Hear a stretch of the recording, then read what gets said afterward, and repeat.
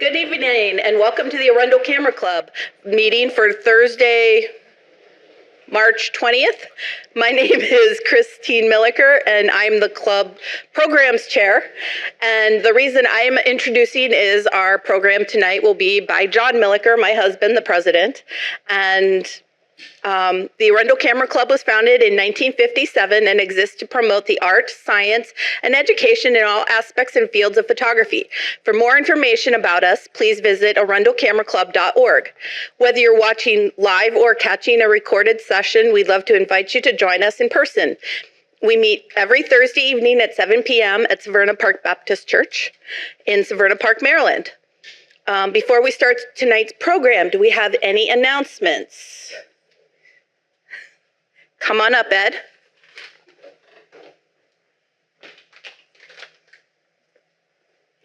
I would like to announce to everybody our wonderful field trips that we have.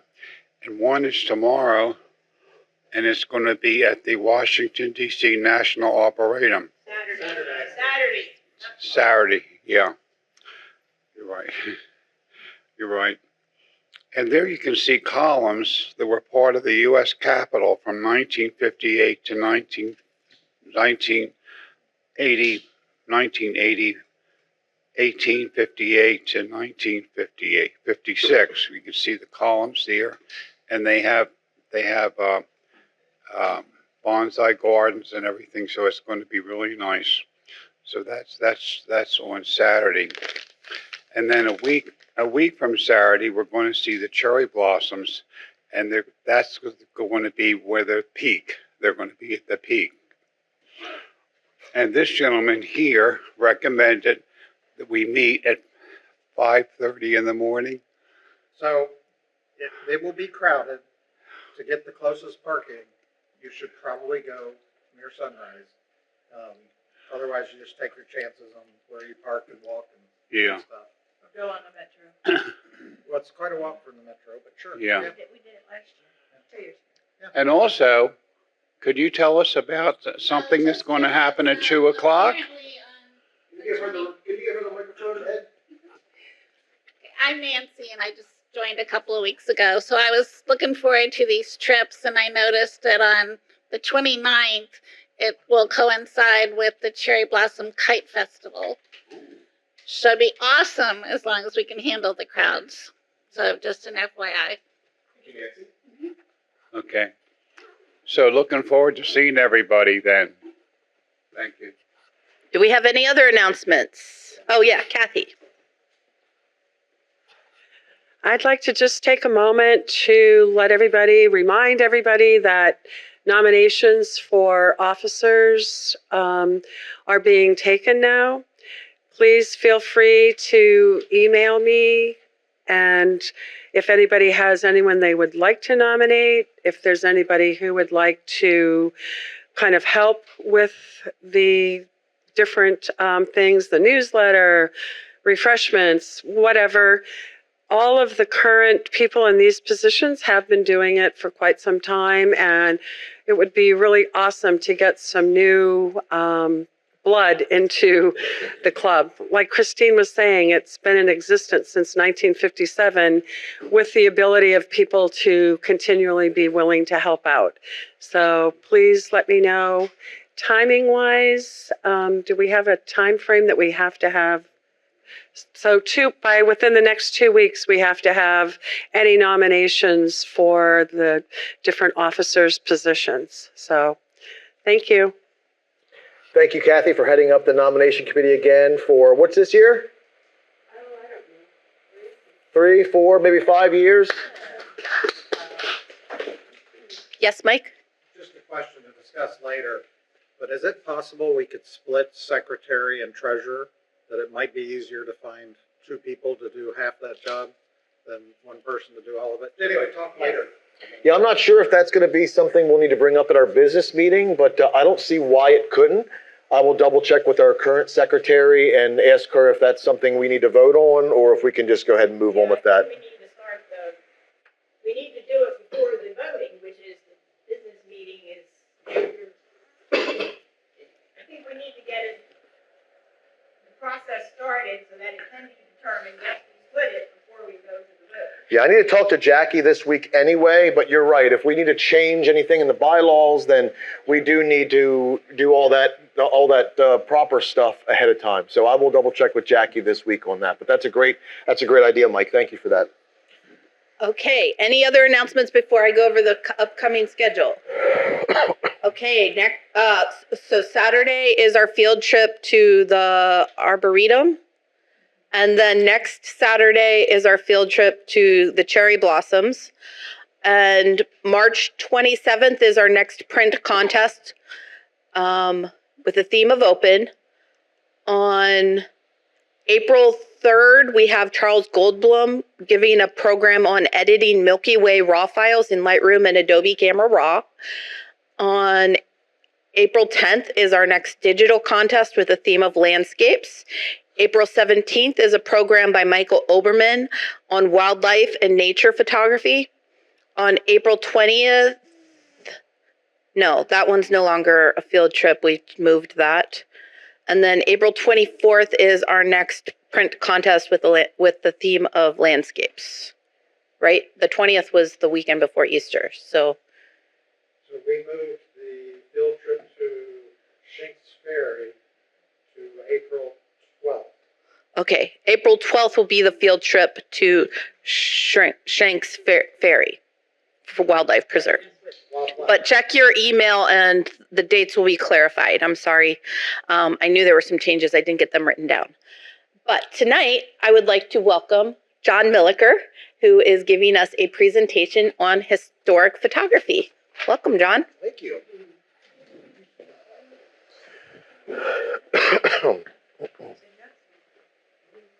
Okay, turn this light off real quick. Thank you, Christine. Thank you, everybody. Well, Christine and I were talking. When were we talking about this? And the idea was like, you've never given your history of photography talk for the Camera Club. We've done the Tintype demonstrations before. Christine's done very, very nice cyanotype demonstrations for us as well. So here we are. And I'm really glad to be able to give this presentation to all my friends here, all friends and members here at the Camera Club. You're all my friends, so I don't need to specify the two, right? A little bit about me. I'll kind of make this quick because I know we want to get into the demonstration for the Tintypes. I gave up a 25-year IT career because Christine said, hey, why don't you do photography? And I was like, okay. And I happened to be in a great spot where I was in IT, where I was able to go to a lot of events and kind of really hone my craft. I've been a darkroom photographer since about middle school when the bug really hit me. I had one of the first digital cameras out there, hated it, went back to digital. And then when I was rebuilding the house and I asked Christine to move in with me, she was really the inspiration to get the darkroom back together. And a room of the house that I had set aside for the dark room and then said, we'll make that a laundry room, is now a dark room with windows that had to be blacked out and all that fun stuff. We demonstrate, teach, and practice pretty much every photographic process in history. And that is a big, wide breadth of stuff. And you may think, how is that possible? And the real reason is there's not that many emulsions. There's not that many chemicals such as the silver nitrate on my hands that really does the idea of photographic processing. And I'm not going to be able to get into too many things, but if anybody has any questions on those, I could definitely get into them. But that's something that we all do at a lot of different locations. In a normal year, about 50 times between spring and late fall, we're doing exactly what I just mentioned. We do a lot of things. We're very blessed to be able to do a lot of these things at the National Park Service on a lot of historical locations. I think we just passed our 11th year giving the talk on the photography of Alexander Gardner during the Civil War at Antietam National Battlefield. And that is a very important place because this is where wet plate photographers would get to the battles about a week or two after the battles. So not only did Alexander Gardner, who was made an honorary captain under General George B. McClellan, he was there 2 to 3 days after. on the bloodiest day, single day on American soil. So this is where we really believe is the birthplace of photojournalism. And this is Antietam, or depending on the north or south, kind of interesting thing. The north named the battles after geographical locations, so Antietam Creek, but the South would name it after the closest town. So depending if you're talking to a Southerner or Northerner, it's either the Battle of Antietam or the Battle of Sharpsburg, Maryland. And this is where we believe, I'm not going to show you any of the, Christine, could you move this window to the left a little bit? I'm not going to show you any of those images from Antietam battlefield or the battle, because they are very gruesome images. Think about it, 23,000 killed, missing, or wounded on that battlefield, and the photographs that went along.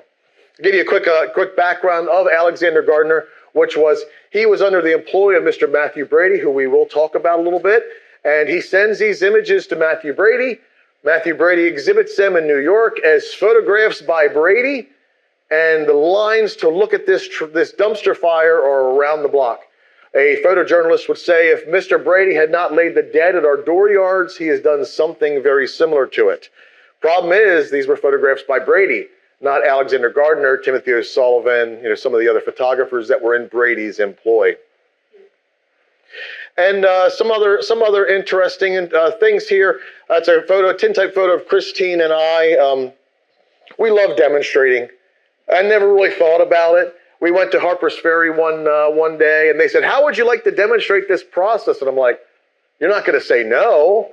But I had no public speaking knowledge at that point or experience, so we really jumped into that and love it. On the left-hand side, that's at the Newcomer House, also on Antietam National Battlefield, but it is under the Heart of the Civil War Heritage Area people, where we give talks and do a lot of kind of make and takes like we did with the cyanotypes last year, at some point during this calendar year. And on the right-hand side, we picked a young, was it a young boy or young girl? I think it was a young girl we picked out of the audience, and Christine, and I'll tell Christine, pick somebody out of the audience to operate the camera. And I come out, and she says, this is little Sophia, she's gonna operate the camera. I'm like, have you been trained in the photographic arts? No. Can you count to 4? Uh-huh, perfect, you're hired. And that's where that image on the right comes from. We're kind of in a weird time where you could say, oh, the guy's sitting and the lady is standing. That's pretty misogynistic. Remember, we can't judge history on our current values. The gentleman would typically sit. The ladies had just bought this beautiful dress. They're not going to have had that dress viewed sitting down in a usually a very expensive photograph. I've never counted the amount of people, and at this point, it's kind of a joke. I think it's 110, 115. But this is the most amount of people that we photographed with the camera. After the presentation, stick around and we'll kind of talk a little bit about the tilts and swings of the camera that make this possible and the depth of field of the lens. At this point, like I said, it's kind of a joke that I don't know how many people that is, so I've never wanted to count it because it would ruin my fun. If you came for Christine's cyanotype class or workshop here, this is something that she likes to do for the kids, make and take stations. She does a lot of kids workshops, but usually it's the adults that come and have fun anyway. She also does the anthotypes and lumen prints and makes pinhole cameras for the kids, which is perfect for a less toxic photographic process for kids. And then lastly, we don't really advertise weddings too much, so we really go and it's mostly like word of mouth, friends, family, because weddings are a severe pain in the butt. I enjoy hanging out of airplanes. This is Christine's cyanotype class from the camera club when we were back at the school. And then a gentleman over here, Ray Goodman, I believe was his name, holding his fresh ambrotype, which is the same as tintype but on glass. And I'll have this slide at the end of the presentation too. If you want to bring up your phone and do that, it'll take you to our website where you can see where we're at, website, YouTube, everywhere. Used to be on TikTok, but. All right, so we start off with a photography history. Now, when you think photography history, you think like, maybe 1700s, maybe 1800s. No, I really think that we may have started a little bit earlier. And I'll get back to this cave painting and tell you why I think that. Apparently I left it in.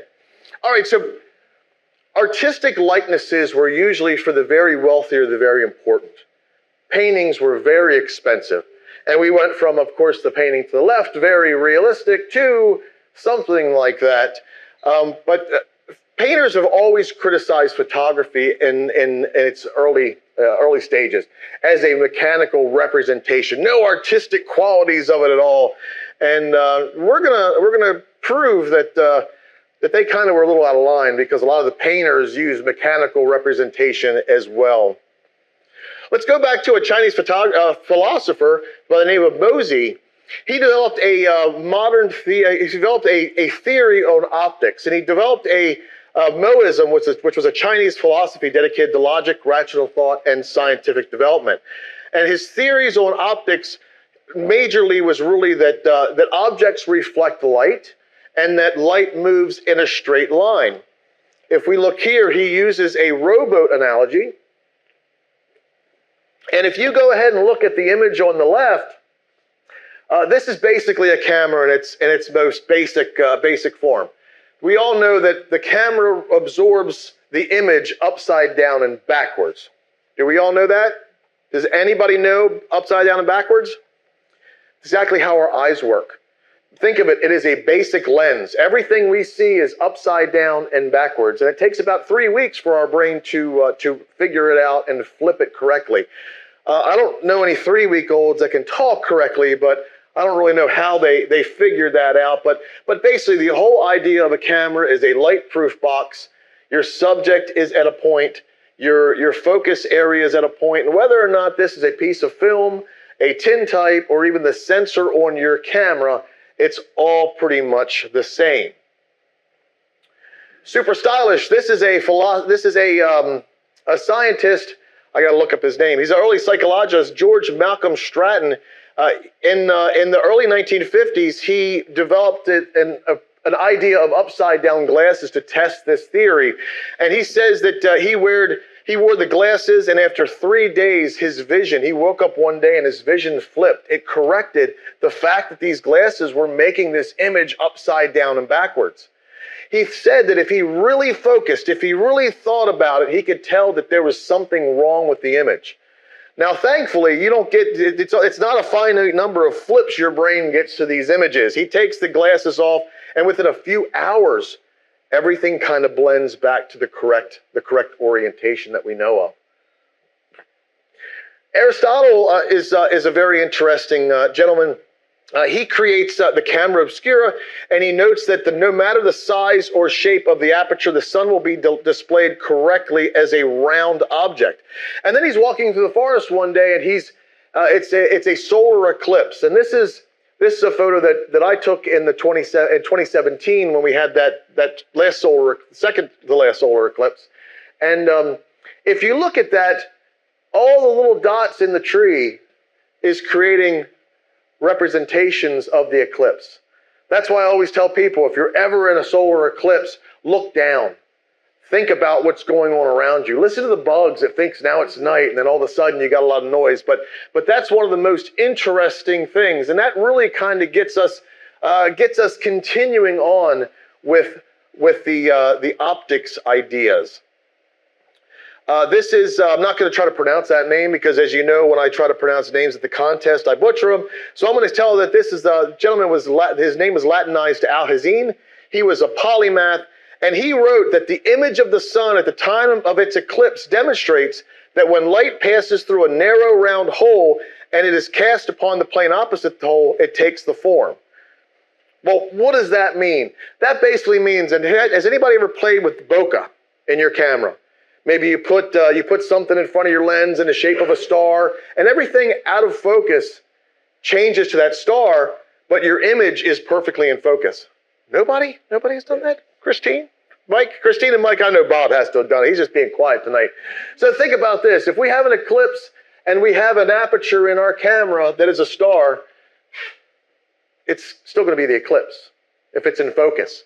As we get out of focus, we're going to get into a star. This is how bokeh works on your camera. The aperture, and if different blades of cameras, different blades of apertures in film cameras, a lot of people put a lot of money into getting these aperture blades for that perfect bokeh in the background. But bokeh is the quality of the out of focus light.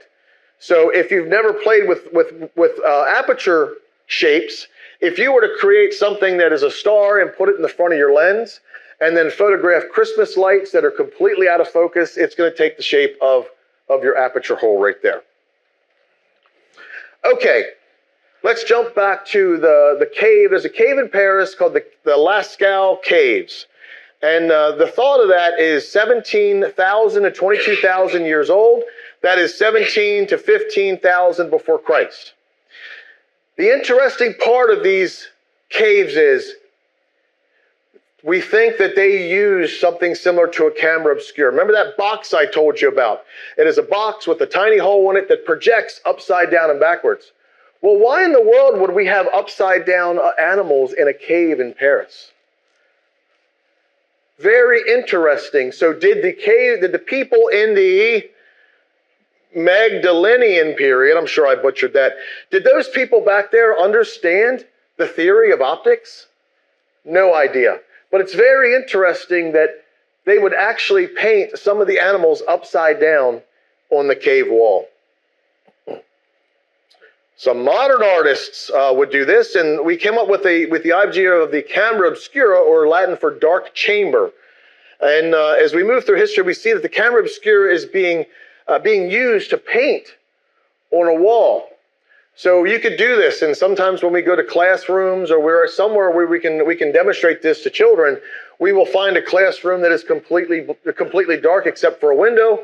We will darken that window up with a black trash bag or something, cut a small dime-sized hole, and when your eyes come to, you will see the outside of the world, again, upside down and backwards. If you've ever been to the Rochester Museum, the George Eastman House up in Rochester, New York, they have a room dedicated to the camera obscura. And it's a very, very interesting thing. But it is horizontally and vertically flipped.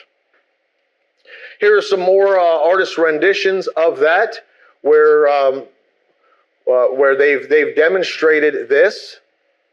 And on the right-hand side, they've figured out that they can help flip a little bit of it by reflecting that off of a mirror.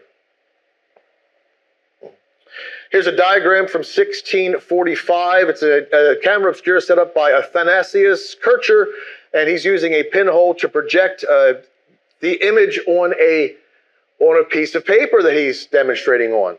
So what does that fix? And when we go to the Tintype demonstration, you'll see that we photograph everything upside down and backwards. Well, I can fix the upside down. I can't fix the backwards. This fixes the backwards. If he's drawing that image on the back of that piece of paper, he's fixed the backwards. He just then needs to, and then everything's good. It's a beautiful image. And we know this because a lot of the images from painters back then of historical locations, if we overlay them with the actual location, it's too perfect for a painter. So we know these painters were kind of cheating. Remember, they didn't like photography because it was a mechanical representation. Well, what are they doing? They're basically tracing. Basically painting by numbers at this point, right? Not that I could do it, but you know. And here's another one. We start figuring out that if we take a mirror to flip it, and then we start using lenses. Reminder, you can make a pinhole camera, and I'm sure some of you have made pinhole cameras maybe back in class, and a pinhole will work perfectly as a lens. It's very low light, but it has infinity depth of field, which means the something in focus here is going to be in focus all the way on the horizon. So there's a little bit of a trade-off where the pinhole is perfect all the way out. We start bringing lenses into the equation, that's where we have focus. And when you focus your lens, that's what you're doing. You're making that focal point happen. And that's what we figure out. We're figuring out that if we add a lens to this, focus it up, put a mirror in it, we can get really darn close to making something that's perfect as possible. Try this at home. This is a camera lucidia. There is a modern version out there called the Neo Lucidia, and it is a drawing aid. And it's basically a prism, a silvered prism, that you look down at your piece of paper, and you're seeing two images. You're seeing the image in front of you, and you're seeing the image on the piece of paper as well. And it's a great drawing tool that they kind of figured out a long, long time ago. You can make a DIY version, or there's a simple mirror trick that a gentleman in a movie called Tim's Vermeer. Anybody heard of Penn and Teller, the comedy troupe? Well, Penn Jillette actually produced this movie where he goes out and talks to this gentleman on the left, Tim Jennison. And he has, kind of like me, he's got no painting ability whatsoever. So what he does in this movie, he goes out and tries to figure out what did Vermeer use to mechanically reproduce this image. So he recreates the image of I think it's called the harpsichord or the music lesson by Johannes Vermeer. And he creates this room, and he finds ways to mechanically perfectly reproduce that view. He runs into some stumbling blocks along the way, and then he finds a stumbling block and a fix to it that creates an optical phenomenon in the image that is perfectly reproduced in Vermeer's original painting. That's a very good movie if you ever get a chance to look at that. Well, then why are our modern camera images not upside down? And now with mirrorless and cell phone, we don't really do this anymore. But with your old SLR or DSLR cameras, why aren't they upside down? Anybody have any idea? Not you. Not Christine. How about this? What is this?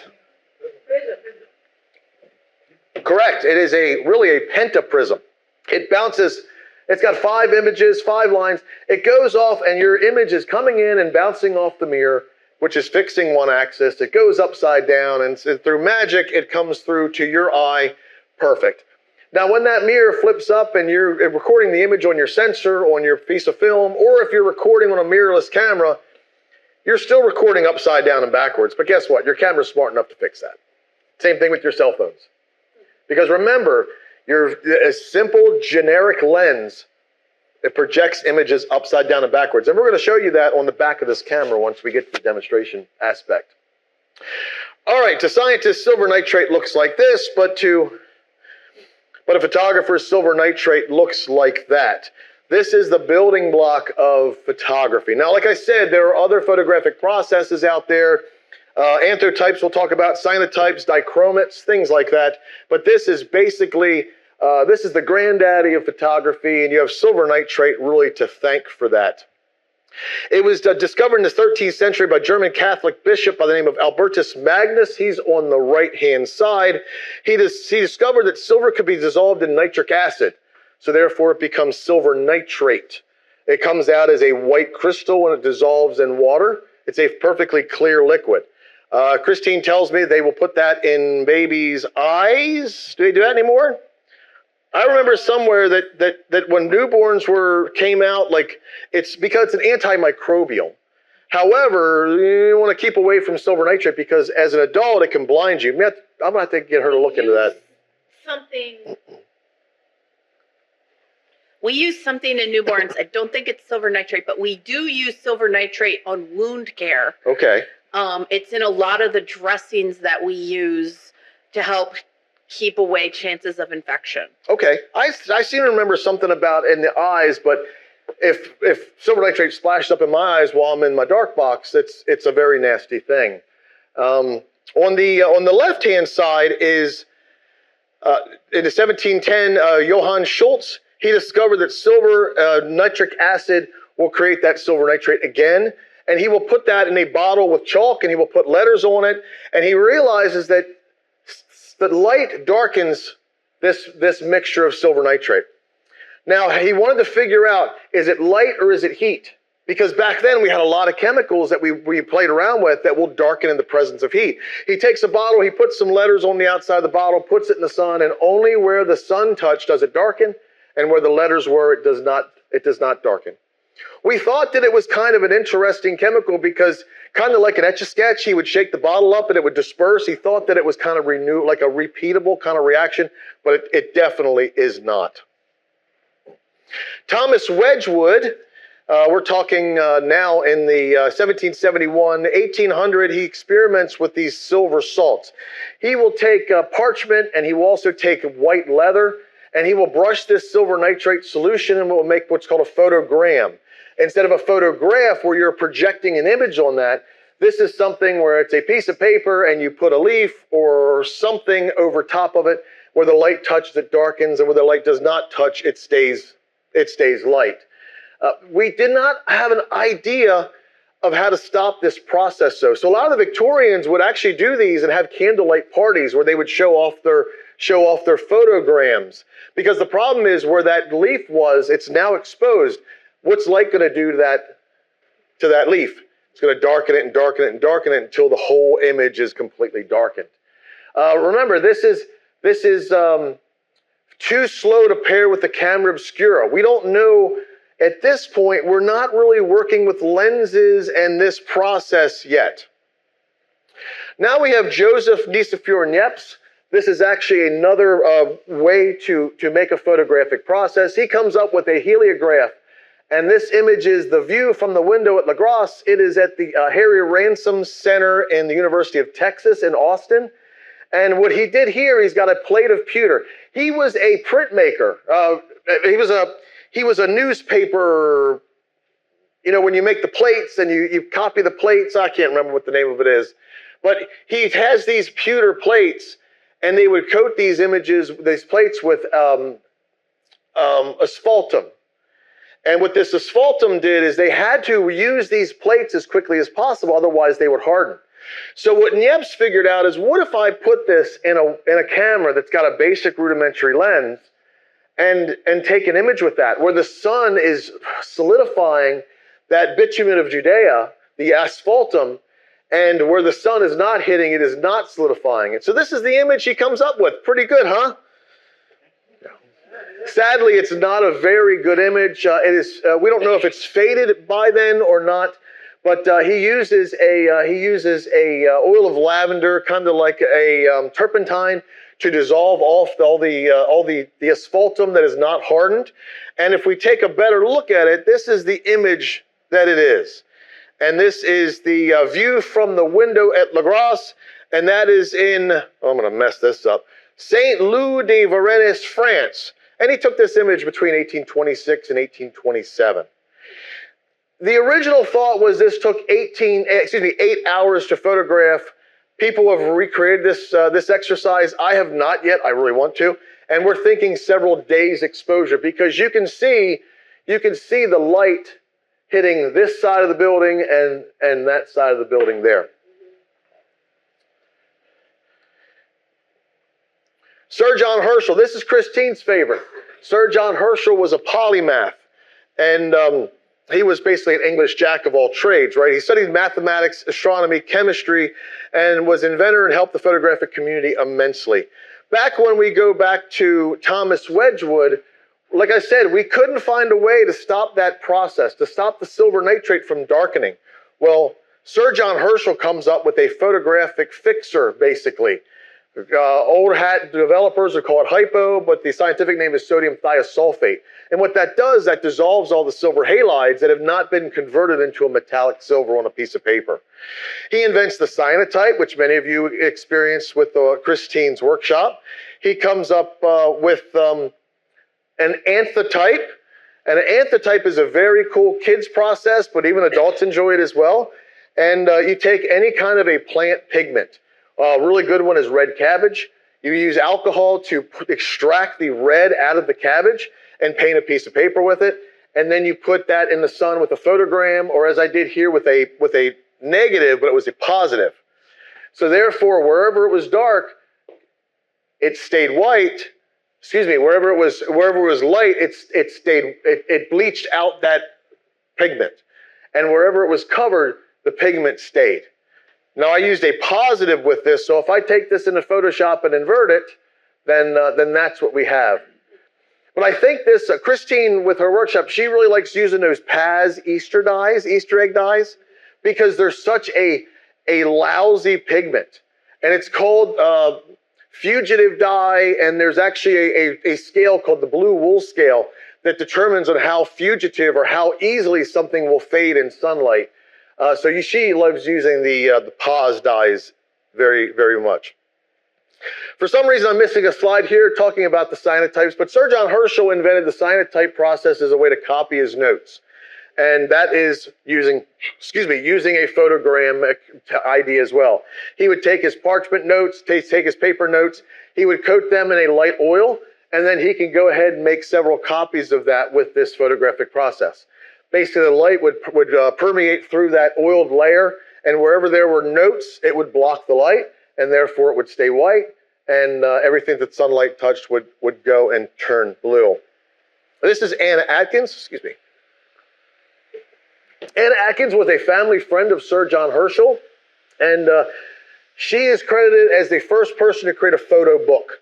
She creates, I believe, 13, Christine's better to talk about her, 13 volumes of British algae, exciting stuff. But think about this, before mechanical representations of this, you had artists drawing plant species. Might not be very good. I might have drawn it and then have no idea what in the world I drew. So this is a very amazing breakthrough. This is Miss Anna Atkins. We're not entirely sure if Miss Anna Atkins or Constance Talbot, we'll talk about Mr. Talbot shortly, is the first woman photographer. But we have our ideas, and we'll talk about that when we talk about Mr. Talbot. Here's an idea of, we talk about positives and negatives, and this will get your head around that if you're still having a problem with that. On the right-hand side is a negative of an amber type that I photographed. And when we're at certain events, and it might get a little slow, or after the people have left, I'll make Christine negatives, and she'll make cyanotypes out of that. So therefore, she took this image here, and wherever there's dark areas, it prevents the light from changing the emulsion. And wherever there are light areas, it darkens that emulsion. So that's your difference between positive and a negative. Yes, we have any questions, Christine? Not a question. Uh-huh. By the way, Sir John Herschel is the one who came up with those terms for photography, Yes. positive and negative. So that's another contribution by Sir John Herschel. Yes. I told you, Christine loves Sir John Herschel. Another thing Herschel kind of came up with was the idea behind lumen printing. Although not directly, this is basically photographic paper, talk about modern stuff that we would have in the dark room. And you would put a leaf or something on this paper, and just the idea of the sun just smacking this piece of paper with a lot of light, more light than it's supposed to handle, it will turn that silver nitrate to darken on its own. Wherever the leaves are, you're going to have some coloration issues.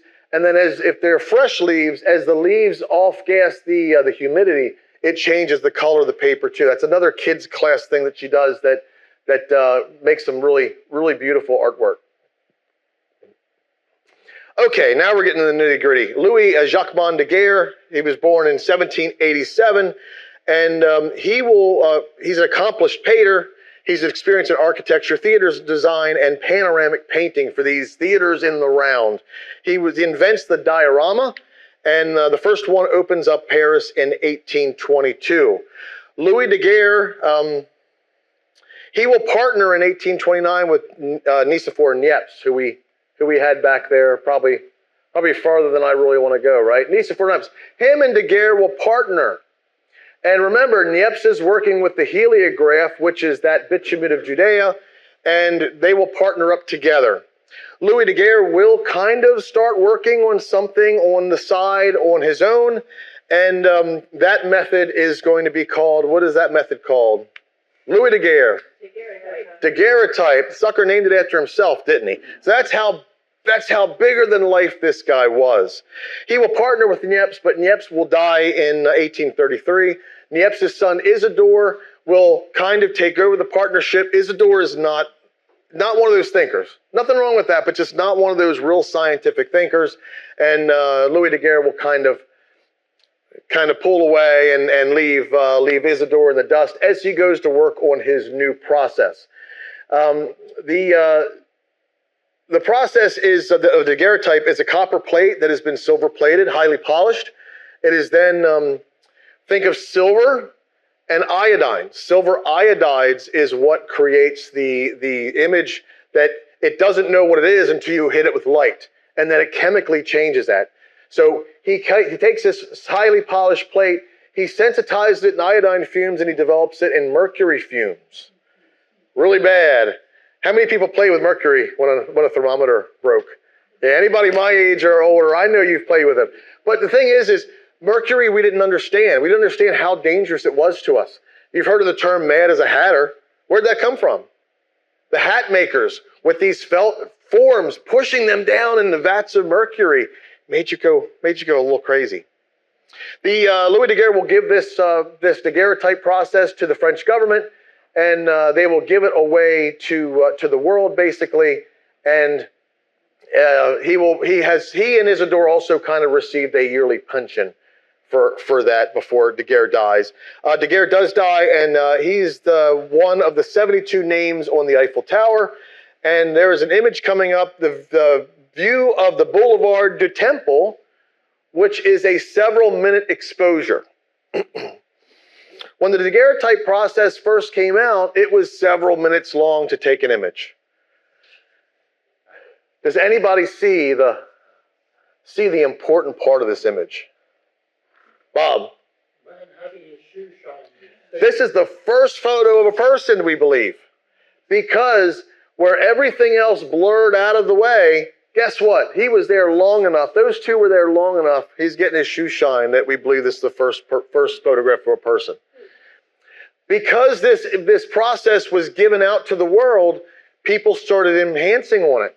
So we went down from several minutes to maybe 30 seconds-ish for this. Still not really great, but hey, we're getting better. We're getting a lot better. And pointing out what Bob found here was that right there. Now, before I move on to William Henry Fox Talbot, yes, sir? That view from the earlier... With Niepce? Yeah, the view of the two people. How did they say that? Yeah, there were two people in that. You're talking about that one right there? No, that first one. So go back. You think there were two people where? Yeah. Oh, This is a view out his window. So there's a building, a rooftop. I thought those were two people. No, I'm sorry. Yeah. Hey, good. I totally want questions. Before I go to William Henry Fox Talbot, who kind of was rivals against Daguerre, Louis Daguerre, he wanted his name in lights. Obviously, he named the process after himself, right? Problem with the daguerreotype. Has anybody ever seen a daguerreotype? We really should have brought one in. It was nicknamed the mirror with a memory. That's because only one person could see it at a time. Here, you want to see this? Great. Okay, now you get to see. Okay, now you get to see. It was called the mirror with a memory, and it was not reproducible easily. It was a one-and-done photograph. So then the sheepish guy comes along, William Henry Fox Talbot, and where Daguerre is in France, Talbot is over in England. He kind of an introvert a little bit. He names this process, the rumor is his mother said name it the Talbot type, but he named it the calotype. And this is a piece of paper that has salts and silver that have been absorbed into the paper and then put in a camera to make a negative. And we showed you what a negative looked like, where the lights are dark and the darks are light.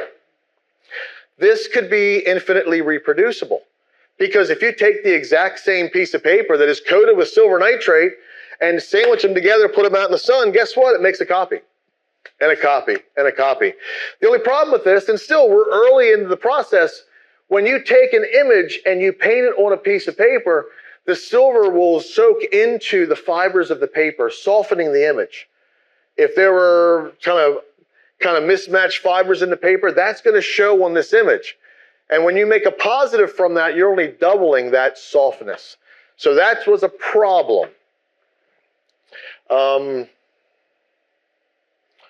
Louis Blanchard Avard kind of will help with that.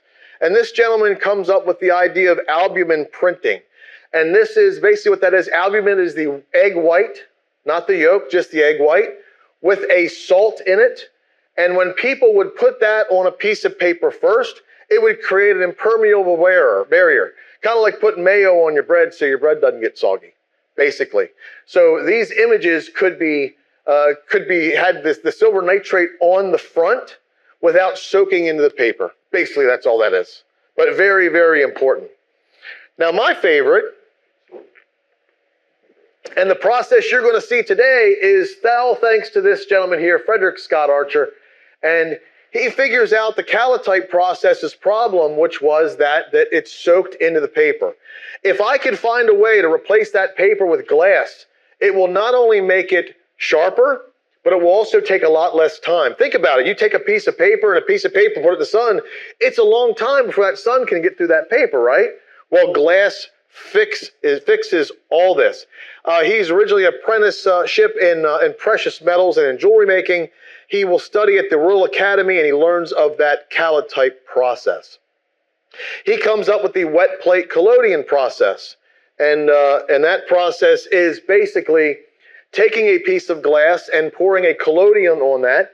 Collodion is nitrated gun cotton. Not really necessary, but it makes a film. That gun cotton, that nitrate of gun cotton has a couple of metals in that. Because silver nitrate kind of gets faster or more sensitive to light with salts. We learned from the calotype that we use table salts. Now we're using metal salts. We're using cadmium. We're using ammonium bromide. We're using potassium iodide. Still kind of nasty stuff, but we're putting that in here. We're letting it get a little bit tacky. We don't want it to completely dry out because collodion is like gelatin. But the problem with collodion is once it dries, it will never swell back up. So think of collodion as gelatin, like a one-time use gelatin. So once we put that collodion on the plate, I need to wait so that it's not still liquid before I put it in a bath of that silver nitrate. If it's not set, it will wash off. But if it's dried out, there's no way I can get the chemistry in and out of that collodion layer. But that's what he will invent. And this is a no-grain process. No grain whatsoever. Here's an image that we took during the pandemic. And this is Christina's daughter, Bridget. Thank you, Bridget. Thank you, Christine, if you're there. She was very, we were kind of looking at we want to do a photo, kind of like a series of photographs. And we had gotten the permission to go to the Maryland Renaissance Festival. And I put I made a sign that said closed and put it on the gate. This is how the image came out of the camera. What's the problem with that? You can read the sign. So I made the sign backwards. I made the sign backwards on that. Let's talk about some terms with the wet plate collodion process. What you're going to see here is a tintype. And the way that got started is when Frederick Scott Archer first started, he would photograph people on glass. And he meant to make negatives. Well, then they realized if we photograph people on glass and then put black behind it, or if we photograph people on opal glass that already has black behind it, and we underexpose it, then we come up with a tintype or a positive amber type. And that is so that one person could see the image at all times. Everybody could see it. If I held it up, you all could see it. But the problem is it's not reproducible. It's no longer a negative. It's not dense enough for a negative, which is right here. Over here would be a perfect amber type positive, so that if I put that in front of black, it would be perfectly viewable. But the problem is I can't make prints from that. It's not dense enough. The blacks are not dense enough. Over here, this is the negative. If I put that in front of black, it would be completely blown out. But that makes perfect prints every time. We all understand the difference between amber type positives? Yes? The one on the left, you said it's not dense enough to reproduce. How is that different from slides? Are they positive? This is still a negative process. But the thing is if I put that in front of in front of something black, the silver is going to be lighter than the black. So therefore, even though it is a negative, it's still going to look like a positive. Christine, if you want to pass a couple things around, you can. These are tintypes that Christine's going to pass around. These are our demonstration plates, so don't worry about touching them or anything. But everywhere you see silver, that's the emulsion. So the fact of the matter is the silver of the sky is dark, but silver is lighter than black. So therefore, it looks like a positive. Where slides are very similar, but the problem is during the development process, you actually reverse. You actually reverse everything so that where the light touched, you're bleaching it out and you're kind of moving it. You're kind of inverted. It's a lot more difficult than that, which I'll be happy to kind of move on to. It is. And those images are images that Christine and I photographed over the last couple of years. And yes, the one does have a ghost in it. Oh, she gave you one of the ghost images. That's great. Samuel B. Morse. What is he famous for? The Morse code. And what else? Telegraph. Morse code and a telegraph. Well, he learns the daguerreotype process from Louis Daguerre over in France. He will come back and basically teach this guy, Matthew Brady, how to be a daguerreotypist. Matthew Brady is kind of like the Annie Leibovitz of the day. He's the big names in knife. Brady of Broadway, they called him. Matthew Brady will start working in the daguerreotype process, move over to Frederick Scott Archer's wet plate collodion process. Matthew Brady had the idea that why don't we photograph the war, Civil War? And I'm actually jumping ahead. Matthew Brady, we're not sure where he's from. In the first New York census, he says he's from Ireland. In the second, he says he's from Warren County, New York. There was a big anti-Irish sentiment back there, so it's possibly likely that he really was Irish and immigrated over. Anyway, Matthew Brady says, hey, I'm going to go ahead and try to come up with an idea. He's got friends. He's got friends with the Pinkertons. He's got friends with a lot of people in Washington. And he will say, I want to create a bunch of wagons. I want to employ a bunch of photographers and follow the American Civil War, of which he does. The idea is that he spent pretty much $100,000 in that money to create over 10,000 plates during the American Civil War. He will basically die penniless and poor after being hit by a streetcar in 1896. The United States government will give him basically $25,000 in 1875, barely a dent in what he was in debt for. He will die penniless and poor, and the funeral was funded by the veterans of the 7th New York Infantry. Brady was a character. He was very similar to Louis Daguerre. When he went out to the first Battle of Manassas, he said all the wagons and the photographs were destroyed. He comes back and he's walking back to Washington from Manassas. And he says, oh, one of the New York Fire Zouaves gave me a sword. So he's got this white duster on. And all the journalists of the time wore white because the pureness of their character. Boy, I wish we had that nowadays. But he came back to his studio and immediately posed with the sword sticking out of the duster and photographed himself. But he was definitely a character. We talked about Matthew Brady and we talked about Alexander Gardner. Alexander Gardner will leave Brady's employ and takes a couple of his other photographers after the Battle of Antietam. Alexander Gardner will finish up the war. But we have Alexander Gardner right here. He was born in Scotland. He ends up purchasing the Glasgow Sentinel in Glasgow, Scotland. And he will go to Hyde Park in London to the Great Exhibition, where he will meet Mr. Matthew Brady. Matthew Brady, we're not entirely sure again, did Matthew Brady pay for his family to immigrate to the United States? Or did Alexander Gardner come to New York and seek employment with Matthew Brady? We're not entirely sure. Alexander Gardner is an amazing photographer for imperial-sized plates, big plates. And remember, the who's who of everybody is going to this studio to get their images made. Alexander Gardner will then be put in charge of the Washington studio for Matthew Brady. The image that is on the $5 bill of Abraham Lincoln is a Alexander Gardner image. He will photograph the hanging of the Lincoln killing conspirators.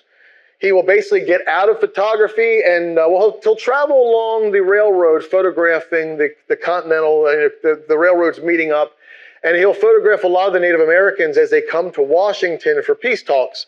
And then he will kind of get out and get into insurance business. He does not die penniless and poor like pretty much everybody else did. Where are we at? After the war, yeah, we already talked about that. Gelatin versus collodion. I talked to you about that already. where collodion, once it dries, it's done. Once gelatin, but gelatin, which is what your modern films and your modern papers had. And we started with that in the early 1900s with safety films and things like that, once we moved out of the nitrate films. And the problem with that is gelatin has grain, where collodion never had grain. So if you go in the Library of Congress, which I recommend you do, loc.gov, and you look at some of these tintype and amber type images, you're going to see detail that's amazing. Thank God for these images, because we didn't write down how we dressed ourselves. It was known in the 1860s how we did this or that. So a lot of historians go back through these images, blow them up really big, and figure out a lot of things that we don't know because we just didn't write it down. Alexander Gardner and Matthew Brady, they did not photograph positives. They all photographed negatives. They were in it for the money. They wanted to sell these images. American public, once the war was done, didn't care. Didn't care at all. Another term is panchromatic versus orthochromatic. Panchromatic is basically, orthochromatic is basically what we're using today, which is red light. It does not see red light. So therefore, in my dark box, I've got a red cheater light. If you ever watched somebody in a dark room in a movie, maybe that Stranger Things show, which was the latest thing, they're in a red light. That's because that's an orthochromatic process, doesn't see reds. Remember, we're still in black and white here. Panchromatic, we will come out with Kodak Pan. We will come out with a bunch of different emulsions where it does see every light equal. So that's the difference between panchromatic and orthochromatic.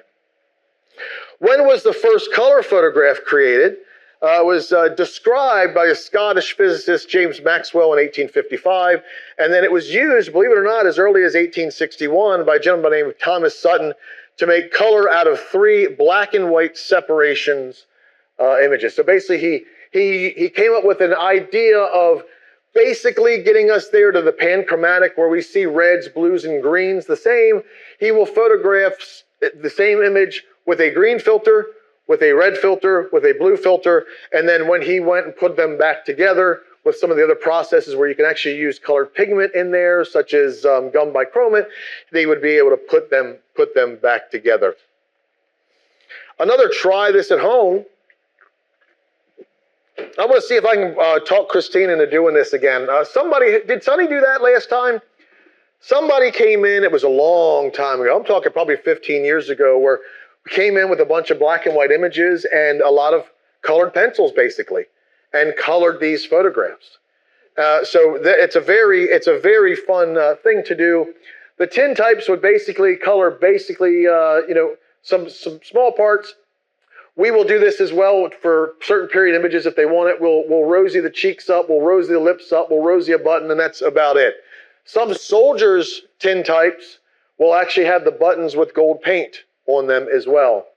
We move forward a little bit, some other ideas of how black and white prints were colored to bring them a little bit more lifelike. Who coined this term? Kodak. Very good. Kodak, George Eastman will come up and he will basically come up with that idea. But Eastman's journey is a very interesting one. He basically worked at a bank. He tried the wet plate collodion process, found it a little bit too hard for his liking, and he starts hearing these murmurings of gelatin and dry plate photography. He will come home from his job at the what's the exact name of the bank? Oh, it was like the New York. Oh man, where was it? I don't know if I have it here, but anyway, he worked at a bank. He will come home from the bank, and sometimes he's experimenting with these plates, sometimes so long that he will fall asleep on his mother's kitchen floor. He's making these plates, he's baking them in the oven, probably not very good for you, by the way. And if he isn't passed up for a promotion that he surely deserved at the bank, he would not quit and devote his life to these plates. He will be able to sell his plates at the big, I think B&H Photo.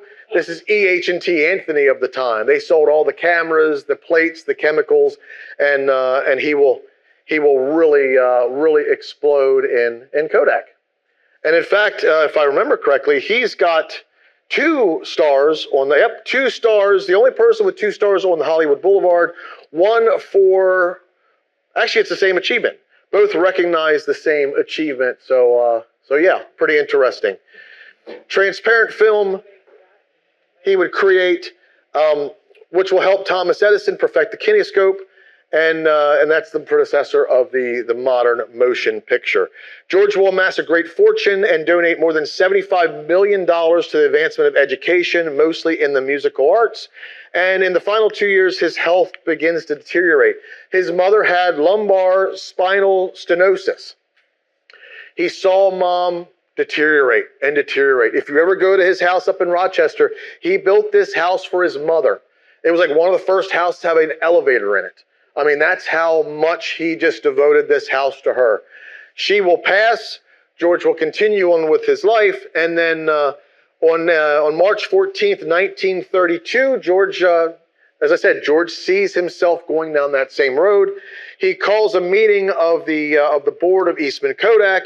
He asks everyone to excuse him, and they hear a single gunshot, of which he leaves a note to my friends, my work is done, why wait?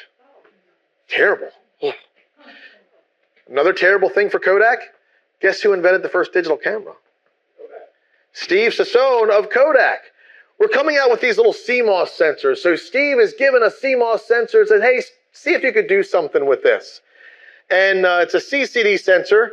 He will come up, and it's December of 1975.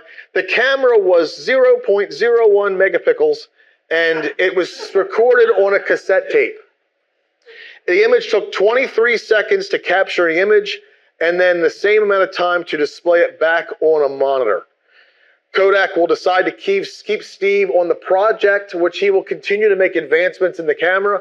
Kodak will eventually scrap the project because who would ever want to look at an image on a screen? Kind of crazy, huh? Never had an intention. So with that, how are we doing on time, Christine? It is 82. So with that, I want to say thank you guys for listening to me ramble. We're going to go ahead and do an example, a Tintype example. Thank you.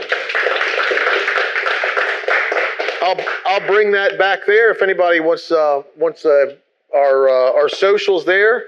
I'm going to bring the light up, and then Christine, can we move over to the camera? All right, because you're all photo nerds, and you're all welcome to get up and walk over here or stay there, whatever's more comfortable. Because we're all photo nerds, as we go through the process, we get better and more sensitive on our photographic emulsions. The problem is this photographic emulsion still really needs the sun. So when we are photographing indoors, we need to capture the sun, otherwise it's going to be very, very difficult or a very long exposure. So I'm going to warn you, this is going to be a bright flash, but this is what 10,000 watts of studio strobe looks like. Yes. Now, the thing is when we first purchased all these lights, 5,000 watts each, pretty much 4,800 watts each, Christine and I said, Christine, this is what we should do. And she says, okay. We stared into the lights and popped them. Because the problem is, think about it. We photograph people, we photograph kids, we photograph animals. You know, we wanted to make sure it was safe. So it is safe. We don't recommend looking at the lights. I swear to you, if you stand here and you pop a light in front of you, it kind of feels like you're getting pushed a little bit, but you're definitely gonna not be cold anymore for the rest of the day. So what I'm going to do is, Christine, do you want to bring up everybody? This camera here, this is our indoor setup. When we are out at an event, the camera's not on us. When we are out at an event, just rotate the camera, Christine. Just physically rotate the camera, Christine. When we are at an event, we've got to have high authenticity standards. We set up a canvas tent, we dress like 1860s, and we use bottles and we use all sorts of things to try to stay in that period correctness. This is our indoor setup. First of all, so that we don't stain any floors that we go to, because they put us on carpet a lot of the times. And not kind of messing up the floors as well with a wooden tripod. This camera is a 1910 5x7 camera. The lens on it is from 1868. Christine researched the inscribing on the lens and found that out. Christine, do you want me to stand there? I'll let you get them set up. Explain the camera. Are we going to 4 minutes? Susan. I'll stand here first.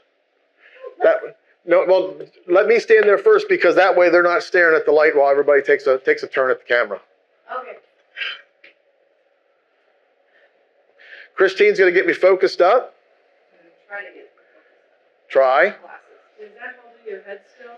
Yes. Because of the length of exposure? Yes. Everyone thinks that the head brace. Christine, you need the microphone, dear, for our online audience. Is that an authentic head brace? This is a reproduction of an authentic head brace. Everyone thinks that the head brace is for It's over here, Christine. the post-mortem photography. But the dead don't move, the living do. Mm. And you'd be surprised how, even if it's just a second or two, how much you can move in that time. And so even for our indoor events, we tend to use the head brace. One, in case we have to replicate the plate, we don't have to figure out where to put the people again because at least one person is on a head brace. And the lights are instantaneous, but we tell you 3 seconds because we don't want you anticipating when that bright light is going to come off if you know about it. Mm. And And so we watch you and we say 1, 2, 3. okay, let people look back. But Y'all focused up? no. Can someone hold this? Nope. Ed would have held it for you. I'm sorry. Now, after we do all this, we love kind of picking around the camera, making sure people, if you have any questions about the camera, the lights, the chemicals after our demonstration, we encourage questions. We want to make sure that my talk is to make sure you understand how we came through here, how we got to where we are. And raise your right hand. Left hand. Oh, yeah, left-handed, yeah. Okay, upside down and backwards.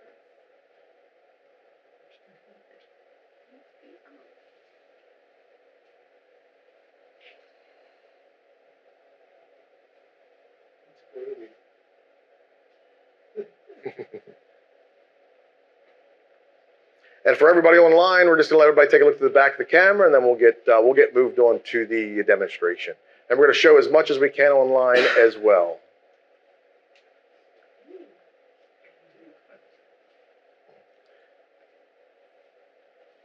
Our camera for the outdoor events is our main one is an 1880s English tailboard, which is darn close enough. The problem with wet plate collodion is that the silver nitrate is very, very corrosive. It destroys cameras, it destroys the wood, it destroys the metal. So any wet plate collodion real camera out there that still exists, sound like Indiana Jones every time I say this, but it belongs in a museum. Are we ready? Okay.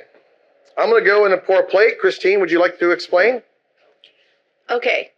John is all of the tin types we use. The only thing we do that is not period correct is we use aluminum trophy plate. Therefore, it can't be passed off as an original. Originally, they would have used an iron japanned plate. And while we can make those and do occasionally make a couple of them, it is a lot of work to make just 1 or 2. And it would have been commercially available back in the day, so they would have been able to buy them pre-coated, I believe. But it still would have been I have a mic. It still would have been properly japanned. We do make a small amount of Japan plates a year, but there's a problem. And the problem is we never want this misrepresented as an authentic image. Everything else that touched this plate is authentic.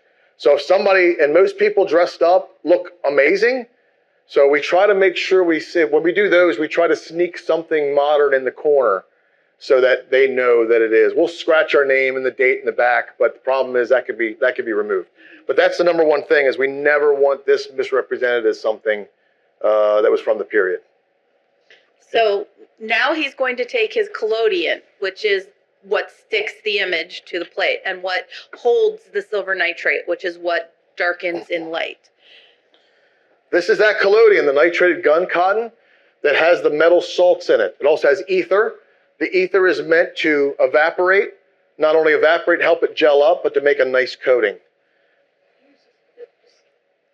So that is the smell that you'll get. You're going to smell ether. The question was, how come I don't use gloves? For students, we make them use gloves, but the problem is this is a very tactile process. I mean, look at that. You want to make sure you get that from every corner, and then when you bring it off to the bottom, you want to make sure you bring it down. It's pretty viscous. Can I? Yes, when we have people experiment with this, we use old collodion. Touch the back of that. Tell me what you feel. Cold. Touch the back, Ed. Cold. It's cold because of that evaporative cooling. Swamp coolers kind of work the same way. So the thing is I don't want to put this in too quickly, but I don't want to wait too long either. So what we usually do is put our fingerprint on the back. It's still not ready to go. We put our fingerprint on the corner, and if it pulls the stuff away, it's too wet. If it doesn't leave a fingerprint at all, it's too dry. So I'm going to put a fingerprint on there. It used my fingerprint. This can now go in the silver nitrate bath. And it'll sit in the silver nitrate bath for 3 minutes. If it was a negative, it would have to sit in there longer because you need the silver to be more dense. And so that's the difference between, you need to know what you're making, but tintypes are always going to be positives. It's only on glass that you can do the negatives because obviously you can't put it on something else and see through it. Yep. So did you already take the image? No, not yet. I've started the first part of the emulsion, which was that collodion and the metal salts. Now that it's gelled together, I put it in the silver nitrate bath, which is a clear bath, but you'll know if you have silver nitrate on you. And that silver and the metal salts will make an emulsion. When I pull that out, I'm going to pull it out in a red light. Remember, it's not red sensitive. So that's a problem. And we'll get Christine to talk about why red is a problem with Civil War images in a second. But when I pull it out, it'll be kind of cloudy. I will then make sure I get the silver off the back, drain it as much as I can, put it in a light-proof holder, and then I'll bring it out to the camera and make the image. John was saying how it not seeing reds can be a problem. What is one of the #1 things we think of women in black dresses in images? That they're in mourning, right? But if reds turn out black because it doesn't see it, the dresses could be red, orange. We've even seen ambrotypes or tintypes of lemons that look black. So any of those redder colors could look black in the image. So not every picture in black really was black. And you never know for sure exactly what color that was unless you have that exact dress and take a picture of that dress and know how those dyes appear on this. It's how it reflects UV light. That's what this image needs, and that's why these lights are so bright. Normal light won't do it.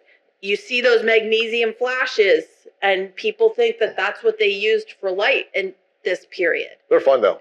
They're fun, and they get people's attention, but it is a myth that it was used for this process. It can be used, but the problem is it's not ideal.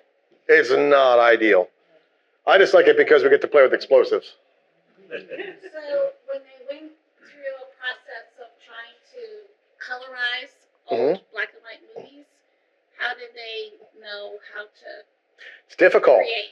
Or is because it the a lot of problem, I'm not a fan of colorizing because unless you could find that unit's jacket and then find a place that's not faded, you don't know what that jacket color was.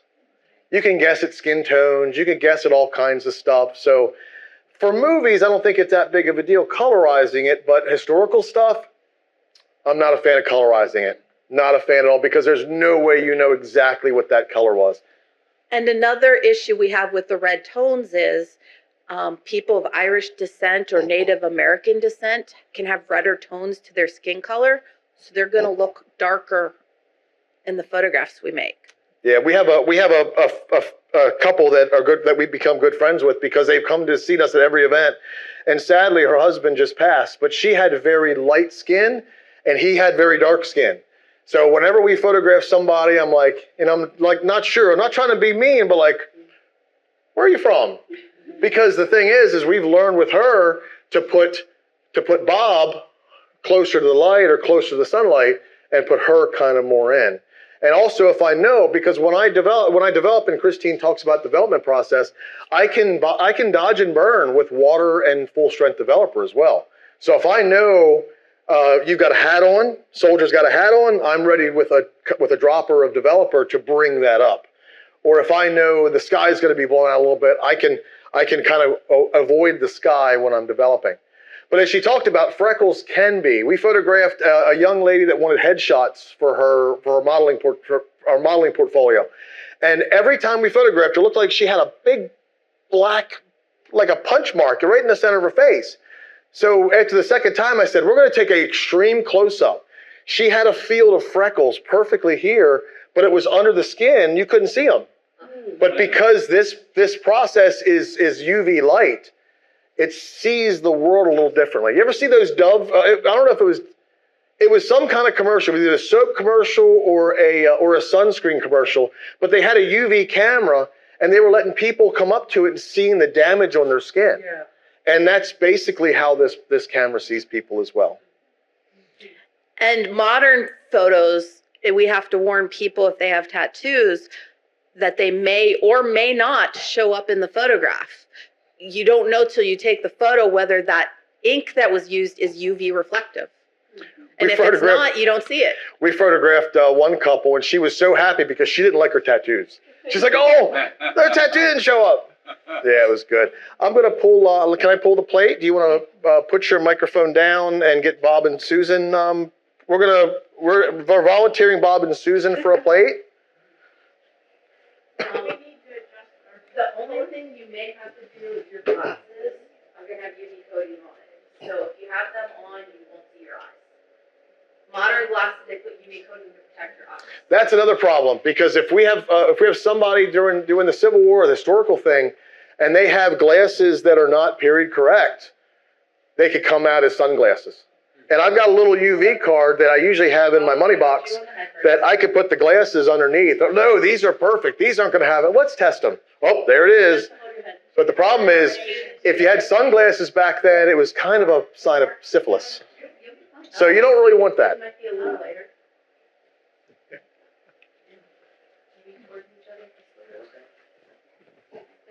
Susan, you look different without your I glasses. know, that's the advantage of this. Put that in the newsletter, nobody will know who I am. No, you don't smile, right? You look superior, you're very. Oh, it's a modern photo. So it's okay. Christine, you want to double check? You don't have glasses on, do you?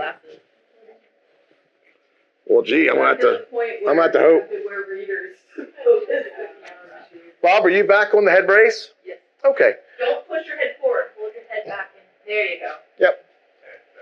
But the head brace is only there to give you a reference spot. It's kind of like photographing anybody. Like, put them up against a tree or a fence, because if you're standing out in the wind, you think you're standing still. But as soon as you have a reference to feel that you're moving, you can help counteract that. Christine, I'm going to pull the plate.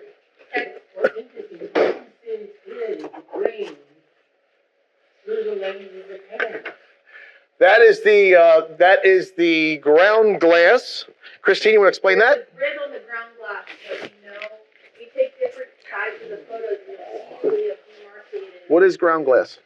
Ground glass is what is used to allow us to focus the camera. And whenever he brings that folder out, it gets displayed, and the ground glass gets displayed by, depending on the camera. This one pushes it back, and he slides the plate in, and then we put, I don't know where it is, the lens cap, but our shutter for this camera is the lens cap. And so you can't get it, but it's a really fast shutter speed, because you want to know what moves your shutter? Your hand. Christine, you need your microphone if you're going to talk. Christine brought us something very interesting up, which was these lenses, Christine. The lens was invented in 1860 by a gentleman by the name of Joseph Petzval. So this is the first multi-element lens. Before, we had lenses that were basically very slow.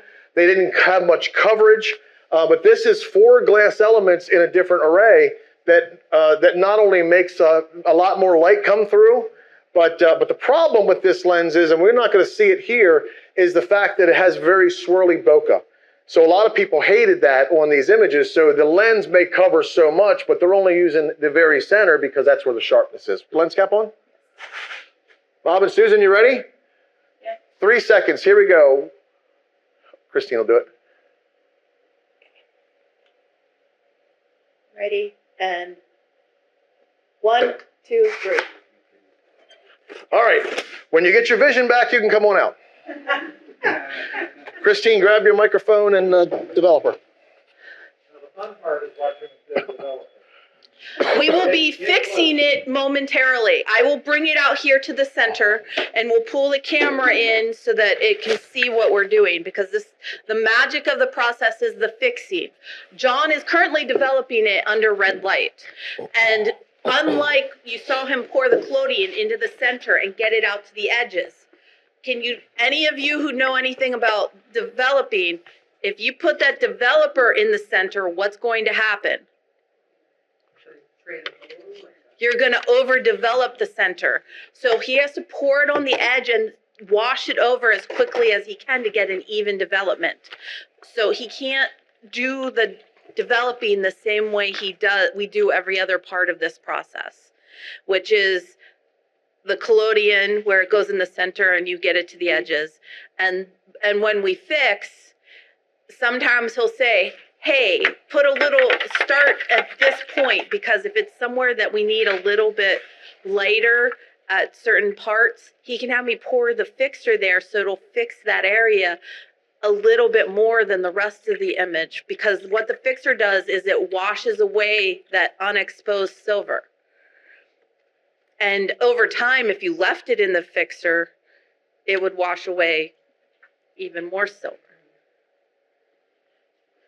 Christine, do you have water? Do you have a bottle of some water? I can get a bottle of water. Okay.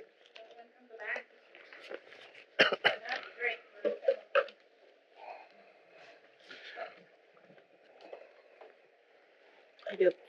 Okay, perfect. Nope, you're good. Put it up here until you're ready. Okay. I want you to go around and show them, and then come around the camera. We're going to show people online. Okay. This is the developed image. It is not fixed yet. Okay. And this is just water on it right now. It's a negative, right?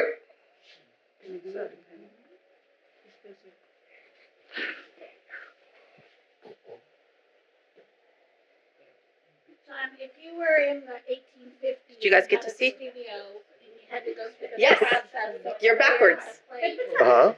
How much in advance could you prepare the plates, knowing that you were going to come in for 5 or 6 shots?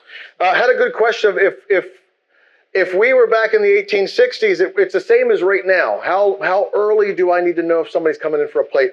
Matthew Brady and Photographic Studios, they're always going to have a constant stream of this chemical coming up.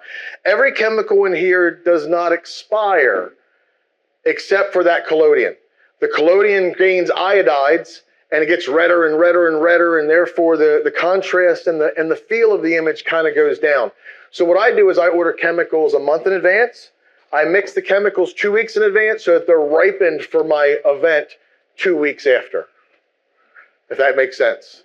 The photographers back there, they're constantly mixing and mixing and mixing. But now when we get into our summer where every weekend we're making plates, then we're good. But kind of starting out, it's a little bit of mental gymnastics.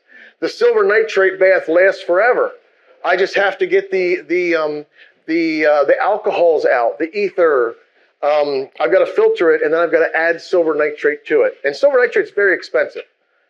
Very, very expensive. Thankfully, silver's coming down, but the nitrate aspect of it, the chemical house is making it, it takes a while for it to follow. Everyone gather around me. This is the part you want to watch.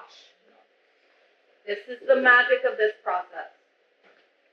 So everyone get close, you wanna see this plate, and it doesn't take long. Okay, is everyone ready? On their heads. Oh, wow. Wow.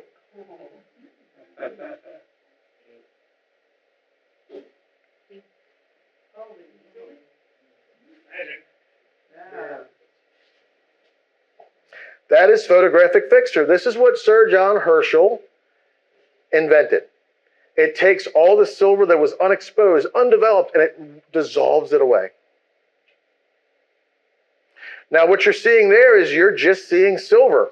You're seeing a negative image, but because it is silver, it's lighter than the black. So it'll never be as light as a white piece of paper. It'll always only be as light as silver. When we do steampunk events, sometimes we'll polish silver, like if they have goggles or like a fancy doodad on their shirt, we'll polish it so it gets a little brighter. But back then, nothing. Photographers would take a pastel and would rosy cheeks or paint certain things on the image.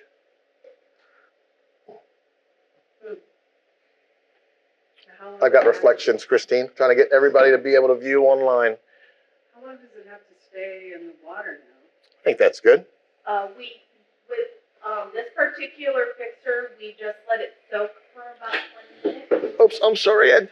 But there are other fixtures that we use that you have to have under constant running water for up to half an hour.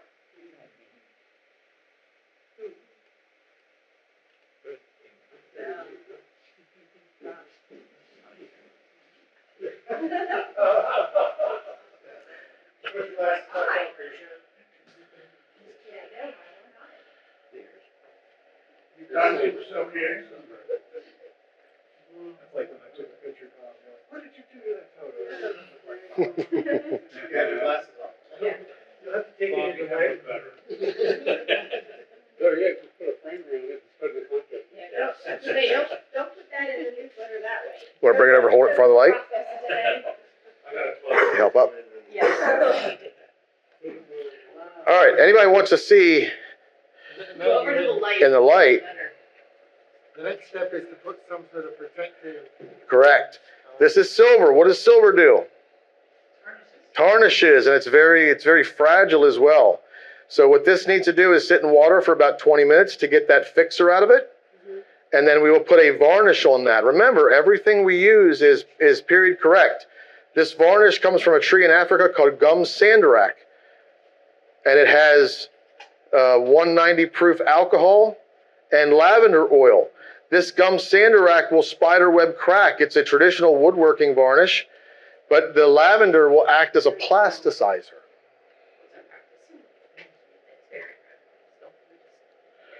Trying to pick this up for you, Ron. There you go.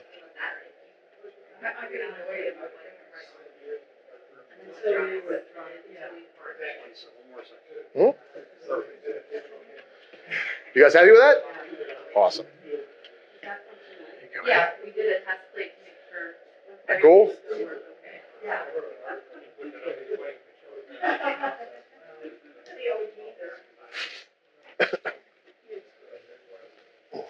Want to end the meeting?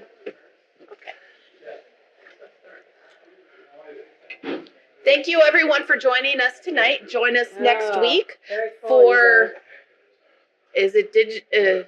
print contest, for our print contest. And we'll see you next week.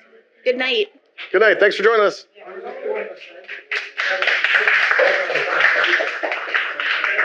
Question about death photography.